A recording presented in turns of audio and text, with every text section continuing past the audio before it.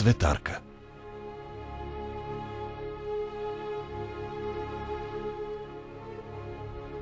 Тази вечер Витоша е тъй загадъчна и нежна, като теменужен остров в лунно-сребърни води. И над смътния й гребен, сякаш в болка безнадежна, се разтапят в тънка пара бледи есенни звезди.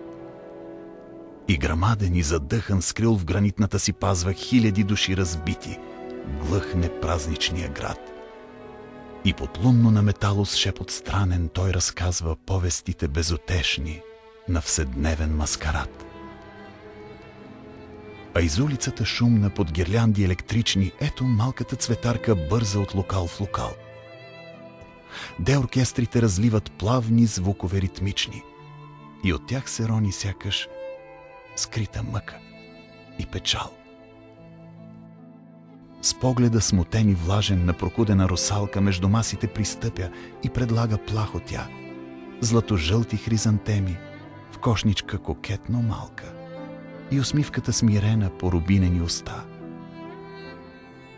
Върху стройното й тяло, върху младостта й цветна, като черни пипала се плъзгат погледи отвред и в усмивки иронични блика мисъл неприветна, че цветята се купуват, а и тя е чуден цвет.